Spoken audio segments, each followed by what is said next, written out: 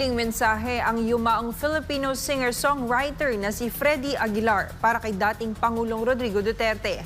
Alamin kung ano ito sa exclusive report ni MJ Mondihar.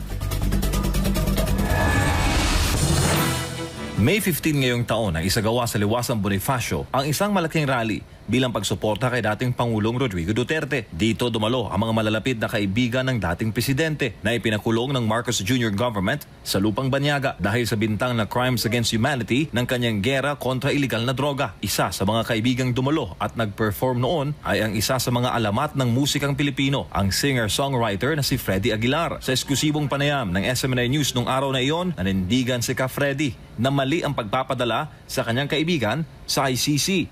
Well, ito na yung pinakamalaking pagtatraidor sa isang kababayan na nakita ko sa buong buhay ko. Ako po ay 72 years old na ngayon.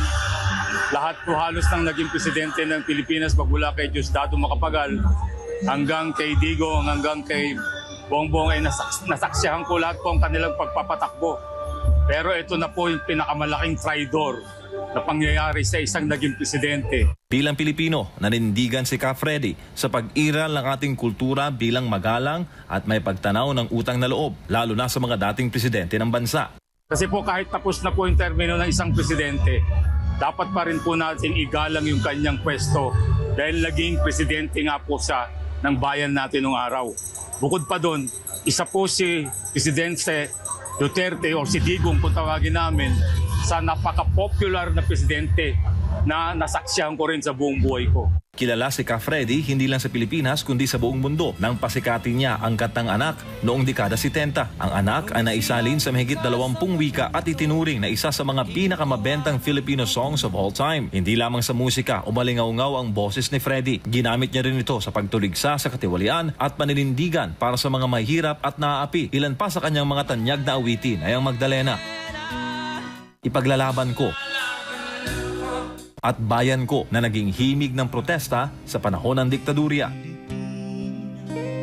Sa kanyang mahigit 4 na dekada sa industriya, kinilala si Freddy Aguilar bilang haligi ng OPM at naging inspirasyon ng maraming musikero at makabayang Pilipino. Tayo na, Pilipinas, tayo na magbago. Hawak kamay tayo para sa pag-asenso.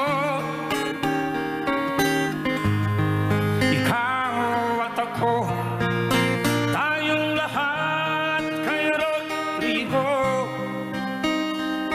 Duterte para sa tunay na pagbabago.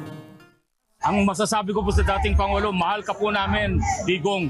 Hindi mawawala yung pagmamahal namin sa iyo.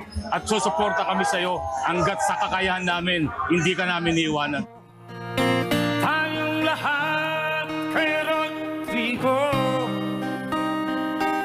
Duterte para sa tunay na pagbabago.